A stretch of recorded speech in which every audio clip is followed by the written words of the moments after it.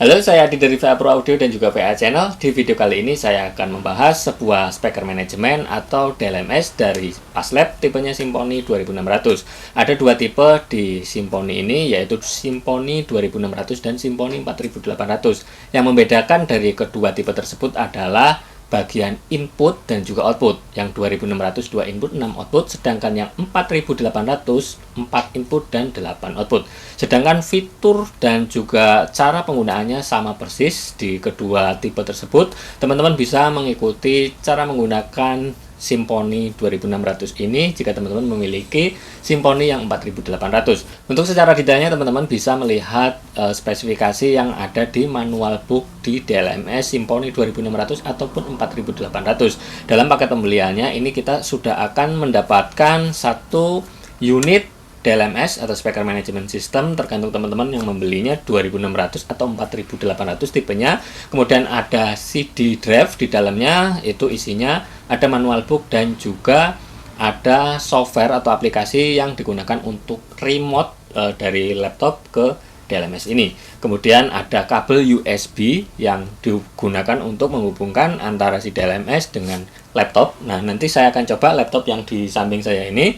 Saya akan hubungkan di sini. Nah, kita akan membahas software dan juga aplikasinya seperti apa di dalam si laptop saya. Nah, di sini untuk secara sekilas aja, di sini teman-teman bisa lihat kalau di bagian depan nanti kita akan nyalakan. Nah, di bagian belakangnya ya, karena ini di tipe yang 2600 di sini ada 2 input dan 6 output. Di sini ada input yang bisa dipilih yaitu digital atau analog. Jika digital teman-teman bisa gunakan VA kabel digital, kami juga menyediakan. Di sini masuk ke input 1 hanya satu kabel, ini sudah mewakili 2 channel. Kemudian di bagian output juga ada satu digital output di bagian output 1, ini mewakili output 1 dan output 2-nya.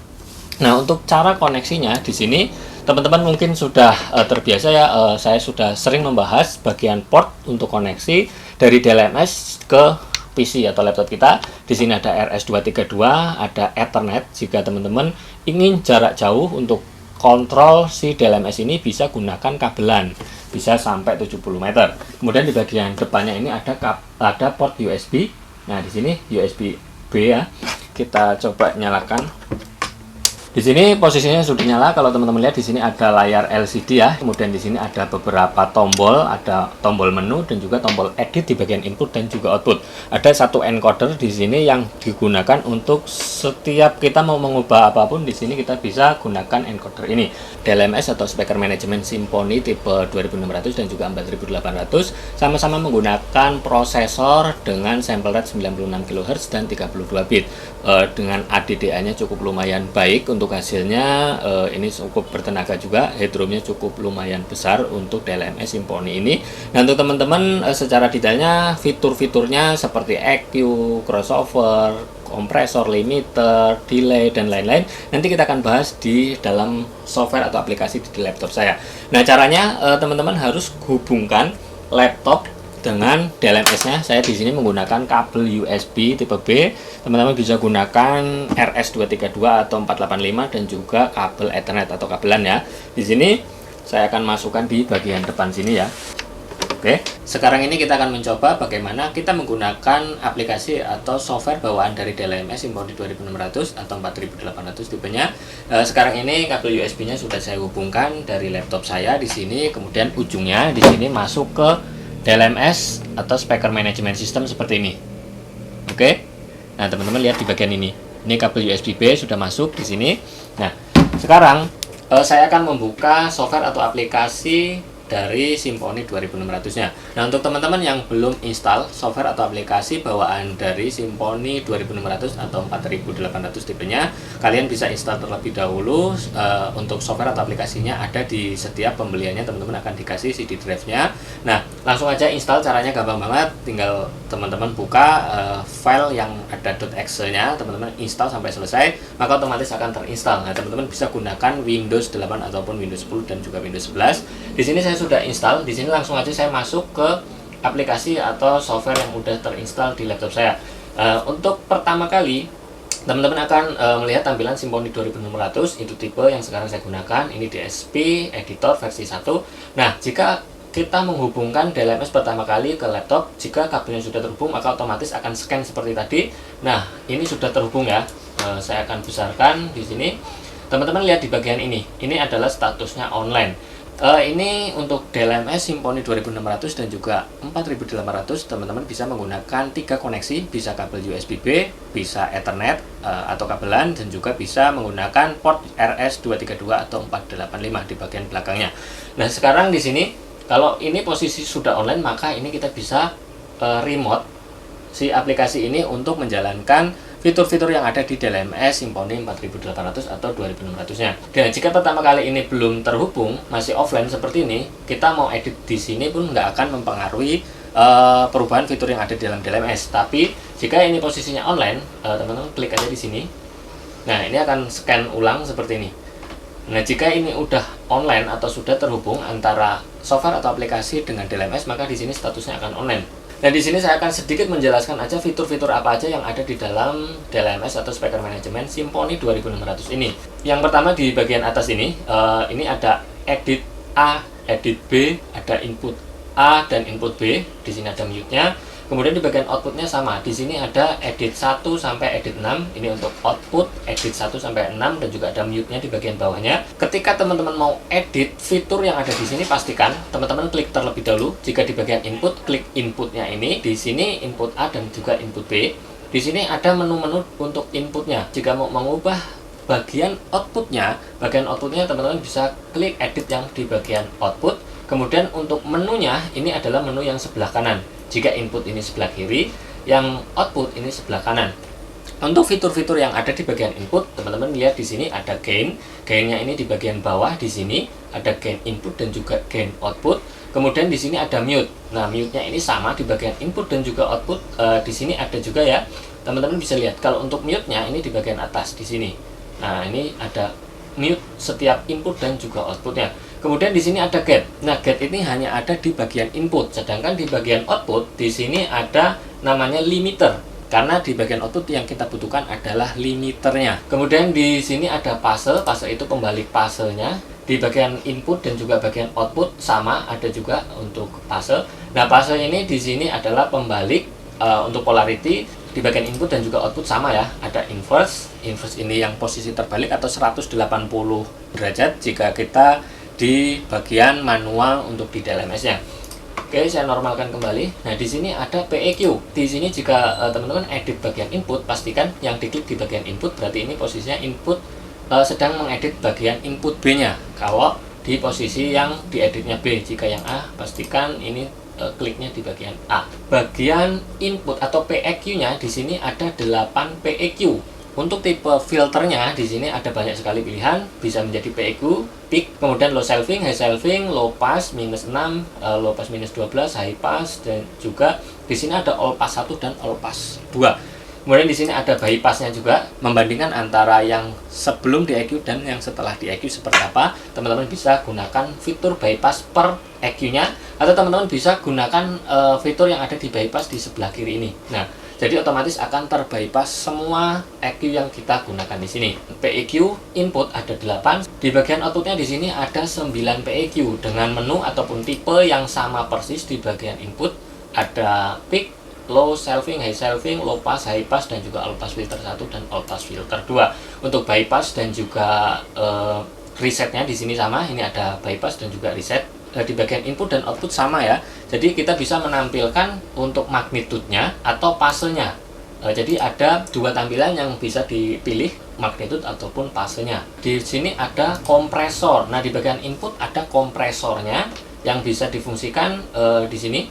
Untuk rasionya jika teman-teman limit ini atau maksimum menjadi fungsi limiter di bagian input. Tapi jika teman-teman menggunakan limiter di bagian output juga bisa ya. Ini seperti ini. Nah, ini rasionya menjadi limiter tapi sama persis di bagian input. Jika kita posisikan rasionya menjadi paling maksimum, yaitu menjadi fungsi limiternya. Oke, kemudian di sini ada delay. Delay ada di bagian input dan juga outputnya. Untuk maksimum delay di setiap input dan outputnya sama, yaitu 680 milisecond. Cukup lumayan panjang. Nah, di sini teman-teman bisa lihat ini maksimumnya di sini ada 680 milisecond di setiap input dan juga outputnya sama. Nah, di sini 680 milisecond. Ini udah cukup panjang banget. Nah, untuk satuannya di sini ada 3 pilihan. Yang pertama ada milisecond, meter, dan juga feet. Di bagian input dan juga output sama untuk delaynya. Kemudian di sini ada fitur VIR. Di sini jika teman-teman mau memfungsikan VIR di bagian input, teman-teman harus memiliki satu perangkat RT Analyzer dan juga software atau aplikasi yang digunakan untuk VIR Designer atau untuk membuat data VIR-nya. Jika di bagian output, di sini teman-teman lihat, di sini ada crossover, X-over, dan juga ada VIR-nya. Ini ketika kita klik seperti ini tampilannya akan tetap sama di sini karena ini di bagian crossover-nya. Di sini teman-teman bisa memilih crossover-nya ini tipenya atau modenya mau IIR atau VIR. Bedanya jika IIR, teman-teman gunakan crossover ini menjadi fungsi seperti pada umumnya DLMS, yaitu menggunakan tipe atau jenis filter Butterworth, BW, Bezel itu BL, dan juga Language Relay ini disingkat LR. Nah, untuk slope-nya mulai dari minus 6 dB per oktav sampai minus 48 dB per oktav. Di sini IIR, di sini ada fungsinya high pass filter dan juga low pass filter. Kemudian jika teman-teman mau menggunakan fitur VIR-nya, di sini juga sudah dilengkapi dengan VIR crossover. Nah, jadi di sini sangat membantu sekali untuk teman-teman yang menggunakan DLMS atau Speaker Management System dari Symphony ini untuk VIR crossover. Di sini teman-teman bisa milih low pass, high pass, band pass, dan juga external VIR-nya. Kalau teman-teman menggunakan external VIR, maka teman-teman sama seperti di cara yang pertama, yaitu di bagian input. Teman-teman harus custom yang membutuhkan RT Analyzer perangkatnya dan juga aplikasi pihak ketiganya untuk desain VIR filternya. Kalau saya sendiri lebih banyak menggunakan external VIR karena kebetulan saya memiliki satu RT Analyzer perangkatnya dan juga ada software atau aplikasinya. Jika teman-teman membutuhkan jasa untuk pembuatan VIR, kami juga menyediakan jasa untuk pembuatan VIR filternya. Bisa jarak jauh, kami bisa bantu dengan remote. Yang penting teman-teman memiliki satu buah perangkat RT Analyzer. Bisa pembelian dari kami karena di pembelian dari kami semua mikrofonnya sudah dikalibrasi. Kemudian di sini ada bagian metriknya. Di sini di metrik teman-teman bisa routing antara output dan inputnya. Cara membacanya adalah output 1 mendapatkan input 1 dan ini output 2 mendapatkan input 2. Nah, jika teman-teman mau plus misalkan output 3, saya ingin mendapatkan input 1 dan input 2 atau input A dan input B-nya, teman-teman bisa klik di bagian ini. Jadi ini summing antara input A dan input B, summing menjadi dua input yang keluar di bagian output 3. Nah, di sini secara jelas semua fitur yang ada di DLMS Symphony 2600 dan juga 4800 di sini sudah ditampilkan ya. Ada gain, gate, pass, PEQ, kompresor, delay, dan VIR di bagian input. Sedangkan di bagian output ada crossover, VIR, PEQ, gain, limiter, delay, mute di semua bagian output setiap masing-masing outputnya. Jika teman-teman mau save ketika sudah selesai setupnya, di sini teman-teman bisa store di bagian ini, kemudian klik aja nomor berapa, kemudian diberi nama di sini, kemudian langsung aja OK atau save di bagian ini. Oke, jika untuk recall-nya teman-teman sama, klik bagian recall di sini, misalkan tadi di output 2, langsung aja klik OK, maka akan otomatis. Jika teman-teman memiliki beberapa setup di DLMS ini akan terrecall atau terpanggil secara otomatis semua settingannya. Di sini juga teman-teman bisa copy settingan A dan juga copy settingan input A atau input B dan juga outputnya. Nah, di sini ada fitur namanya copy.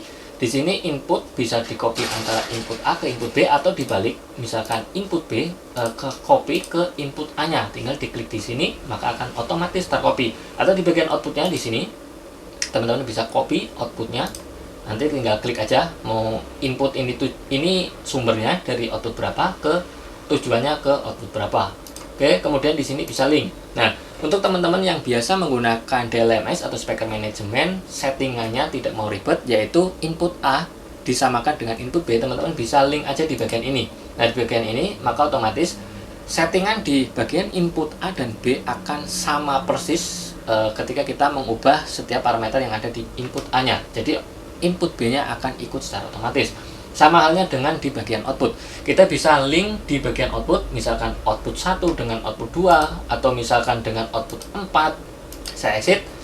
Kemudian di sini, nah ini menu untuk link, copy sama dan juga bisa di lock. Teman-teman bisa kunci DLMS ini menggunakan password yaitu 4 kode, bisa sesuaikan. Kemudian di sini ada input ID number. Nah, fungsinya di sini adalah ID number. Jika teman-teman paralel antara si DLMS 1 dengan DLMS yang lainnya, teman-teman bisa gunakan ID yang berbeda. Misalkan di DLMS 1 ID 1, DLMS 2 ID 2, dan seterusnya. Jadi teman-teman tidak akan tertukar DLMS mana yang sedang teman-teman setting. Kemudian di sini ada input select, seperti yang di awal saya katakan, di sini adanya input analog dan juga input digital IES-EBU.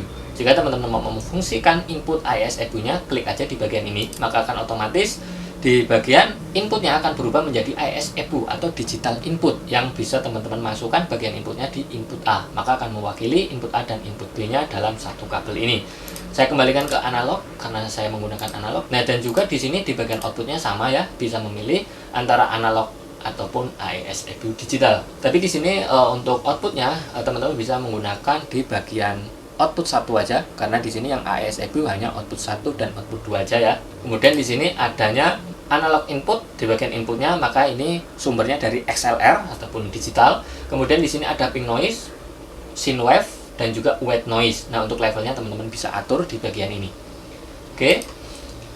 Kemudian di sini channel name-nya. Teman-teman bisa mengubah di sini, misalkan input A ini masih namanya input A, bisa diganti menjadi main L, main R, kemudian output 1, output 2-nya bisa menjadi subwoofer, full ring, mid, low, high, dan seterusnya lah. Itu adalah fitur-fitur yang ditawarkan oleh DLMS atau speaker management dari Symphony tipe 2600 atau 4800. Fiturnya sama persis, tidak ada bedanya. Untuk teman-teman yang mau order ke kami via Pro Audio untuk DLMS dan juga beberapa perangkat RT Analyzer, kami menyediakan banyak sekali pilihannya. Ada yang versi yang ekonomis dan juga ada yang versi memang untuk profesional, orang-orang bekerja untuk RT Analyzer. Semoga ini bermanfaat video ini. Untuk kalian yang mau order, silakan langsung aja kontak kami. Kontak WA-nya ada di bawah di deskripsi di video ini. Kami juga menyediakan untuk online shopnya di Bukalapak, Tokopedia, dan juga Shopee. Teman-teman bisa langsung klik linknya di bawah di deskripsi di video ini juga ya. Jika klik fotonya, pastikan tokonya yaitu VA Pro Audio, karena itu toko kami VA Pro Audio. Karena banyak sekali yang menggunakan foto dari kami, sebagian ada izin dan sebagian banyak sekali yang tidak izin. Nah, untuk toko kami hanya VA Pro Audio, ada di Bukalapak, Tokopedia, dan juga Shopee. Nah, untuk kalian yang mau berbelanja, silakan kontak dan juga linknya nanti ada di deskripsi di video ini. Terima kasih, sampai jumpa.